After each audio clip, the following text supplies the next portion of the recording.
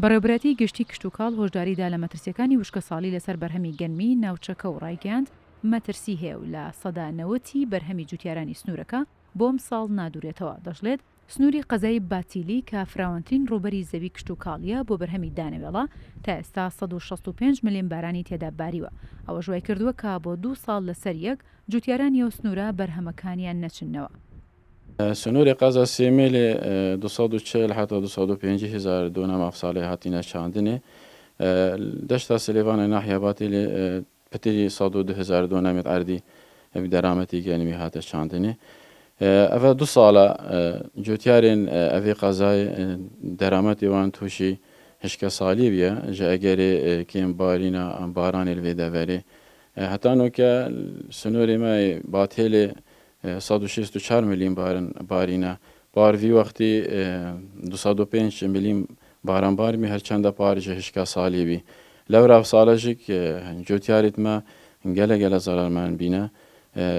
ڕێژە ینی شێن بێژین ئەف بەرهەمێک و تۆشی نەمانێ بی و ژناف شووی پتری نۆت سادەیان پێشبینیتکەن حتا 97 سادێژێک ئەف دەرامەتە یشناف شووی حتانۆکە جوتیار گەلەک زەرارمان بینە ئەم داخوازیتکن ژە حکوومەتە هەریما کوردستانی کو هێر نوکە بەرهەویە بکتن کۆتۆڤی دابین بکەن بۆ ساڵە بهێتن وەرزێ بهێتن چکین جوتیار شیانی چاندنێ نەماینە بێژن هەتانۆکە ئاستی پارێزگەها دهۆکێ قەزا سێمێلێ مازنترین زیان جوتیارەکەتینە لەورا کو شیان دەیە ئەف قەزا جوتیارن فێ قەزای هاریکاریەک بۆ هەم بهێتەکردنێ جێواز ژە قەزایندی داکوشێن ساڵا بهێتن بەردەوامیە بدنە کاری خۆی چاند.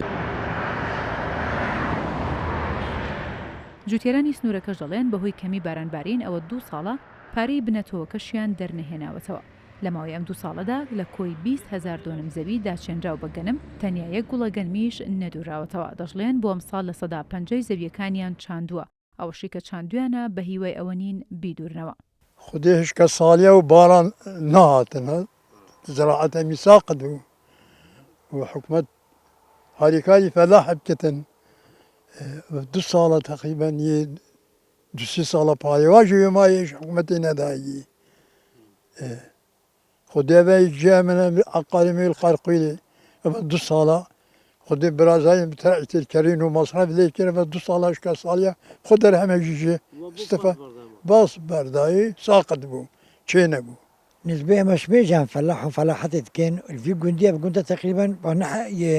ألف فلاح متيدا بس مصلحتي جندي شكم تقريبا جندي نزكي 1500 دونة مايا ما نيفك شاندي ونيفك شوفا وما طبعا مصرف عليه كري وكيمياء وطوب وأبدي حمي أفصال جبارانات أم نادرين في عردي 2 ساڵی لەسەر یەک وشکە ساڵی زیانی بە کشتتوکاڵ گەیاندووە ئەوەش کاریگەرێکی گەورەی لەسەر ئابووری هەرێمی کوردستان دروست کردووە. وەزارەتی کشتتوکاڵی حکوومەتی هەرێمیش پرۆژەیەکی خستۆتە بەردەم ئەنجومەنی وەزیران بۆ چۆنەتی دەرباز بوون لەو کێشەی کە جوتیاران بەهۆی وشکە ساڵیەوە ڕوبەڕووی بوونەتەوە. بەپێی ئامارەکانی بەڕێوەبەتی کەشناسی دهۆک کەمترین ڕێژەی بارانبارین لە ماوەی 47 ساڵی ڕابردوودا ئەم ساڵ تۆمار کراوە کە تەنیا 176 ملیۆن باران باریوە.